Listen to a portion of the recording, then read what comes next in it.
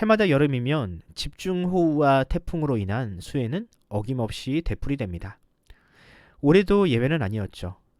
대통령이 직접 나서서 제대로 대비하지 않아 인명피해가 발생하면 문책하겠다는 강경한 발언까지도 했지만 안타깝게도 사건 사고는 끊이지 않았습니다. 문제는 늘 같은 곳에서 같은 재난이 반복된다는 점입니다. 기후위기로 인해 매년 강수량이 늘어나는 추세이긴 합니다만 과거의 경험을 토대로 제대로 대비했더라면 피해를 조금이라도 줄일 수 있었을 텐데 그러지 못했다는 사실이 저로서는 잘 이해가 되지 않습니다.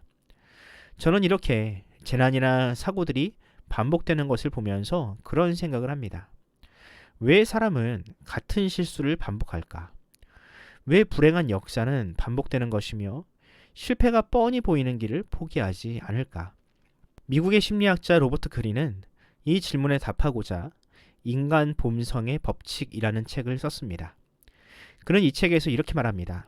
우리는 실패를 교훈 삼아 같은 경험을 되풀이하지 않기를 바란다. 그러나 실제로는 내가 저지른 잘못을 그다지 자세히 들여다보고 싶어 하지는 않는다. 그럴 때 자연스러운 반응은 다른 사람이나 환경을 탓하는 것이다. 그렇기 때문에 사람의 자기 성찰에는 한계가 있다. 우리는 내가 한 일을 반추하는 척 신용만 할 뿐이다. 시간이 지나면 실수 중에 내 탓이라고 생각했던 부분을 잊어버린다. 그렇습니다. 로버트 그린의 말처럼 인간은 본성적으로 자신의 잘못을 인정하거나 뉘우치기를 꺼립니다. 오히려 다른 원인을 찾아 자신의 잘못을 덮으려 하고 심지어 기억을 왜곡해서라도 현실의 고통을 잊으려 노력하는 것이 바로 인간의 본성입니다. 예레미야서 14장에도 그런 사람들이 나옵니다. 과연 하나님은 그런 사람들을 향하여 어떻게 말씀하시며 이 말씀이 우리에게 주는 교훈은 무엇인지 살펴보는 시간을 가져보도록 하겠습니다. 예레미야가 선지자로 활동하던 시기에 남유다는 온갖 멸망의 징조들이 나타나던 시기였습니다.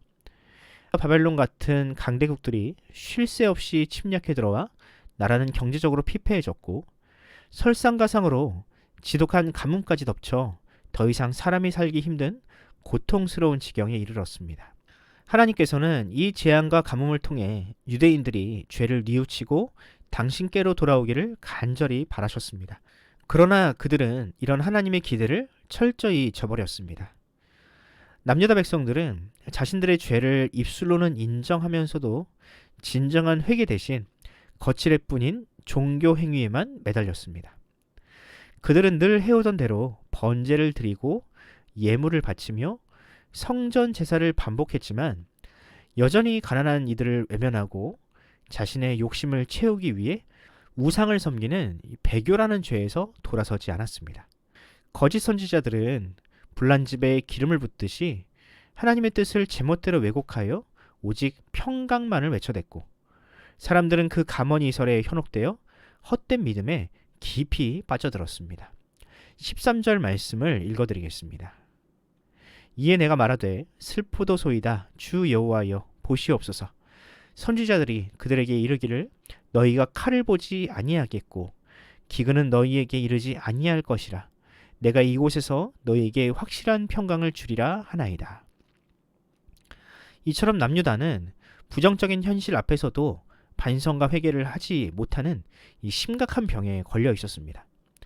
아무리 예레미야가 현실을 직시하게 하고 제대로 된 처방을 해도 소용이 없었습니다. 그들은 거짓 선지자들이 주는 평강이라는 이름의 진통제에 매달려 그 병을 더욱 악화시킬 뿐이었습니다. 11절을 보면 하나님은 예레미야에게 그런 남유다를 위해 더 이상 기도하지 말라고 하십니다. 또 그들이 드리는 번제와 소제 같은 예배 또한 더는 받지 않겠다고 선언하시죠. 결국 예레미야의 간절한 눈물의 기도에도 불구하고 남유다는 멸망을 피할 수 없었습니다. 사랑하는 성도 여러분, 저는 과거 남유다가 저질렀던 잘못이 결국 그들만의 이야기가 아니라고 생각합니다. 오늘날 우리 또한 똑같은 실수를 되풀이하고 있으니까요. 지금 이 순간에도 우리나라는 물론 전 세계의 모든 나라가 기후위기와 코로나 팬데믹과 같은 질병으로 인해 생존의 위협을 받고 있습니다. 마치 지구가 이런 재난들을 통해 우리에게 끊임없이 살 길을 찾으라고 경고하는 것처럼 보입니다. 그러나 인간은 여전히 탐욕을 버리지 못하고 자연을 파괴하며 자신들의 배만 불리려 하고 있습니다.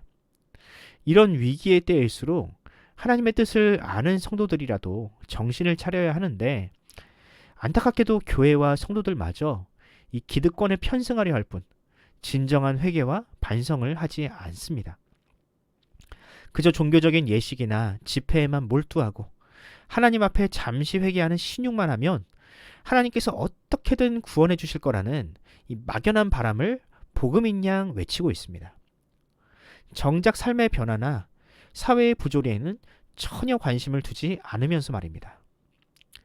이처럼 역사는 반복되고 인간은 늘 같은 실수를 저지릅니다. 하지만 하나님께서는 여전히 우리를 포기하지 않으십니다. 과거 멸망이 예견되었던 그때에도 하나님은 예레미야와 같은 선지자를 통해 다시 돌아올 길을 열어주셨습니다. 그리고 그 복음에 응답한 소수의 사람들을 구원하시고 그들을 통해 예수 그리스도의 오심을 예비하게 하셨습니다. 지금도 마찬가지입니다. 어쩌면 예레미야 시대의 남유다보다 지금이 더 암울한 상황일지 모르지만 하나님은 여전히 이 광야에서 외치는 자의 소리를 통해 택하신 백성들을 구원하고 계십니다. 그리고 그 택하신 백성들의 거룩하고 회개하는 삶을 통해 당신의 나라를 이루어가고 계십니다. 저와 여러분이 이 엄혹한 시대를 구원하는 예레미야와 같은 존재가 되기를 간절히 소망합니다. 그저 정기적인 예배만으로 만족하는 성도가 아니라 우리 자신과 공동체의 아픔과 죄를 끌어안고 눈물을 흘릴 줄 아는 성도가 되기를 바랍니다. 무엇보다 이 막연한 믿음으로 미래를 낙관하는 대신 치열한 현실 속에서 삶의 진정한 답을 찾아내는 성도가 됩시다. 때로는 그 과정이 십자가처럼 고통스러울지라도 나와 내 가족 그리고 우리 공동체를 살리는 불쏘시개처럼 뜨겁게 타오르는 이 불꽃 같은 성도로 살아가기를 간절히 소원합니다. 기도하겠습니다. 사랑과 은혜가 풍성하신 하나님 아버지, 오늘도 말씀을 통해 우리의 부족함과 연약함을 깨닫게 하시니 감사합니다. 과거 남유다 백성들처럼 우리도 눈앞의 현실을 외면하고 헛된 평강만을 쫓으며 같은 실수를 반복했던 죄들을 고백하오니 우리에게 회개의 영을 부어 주시옵소서.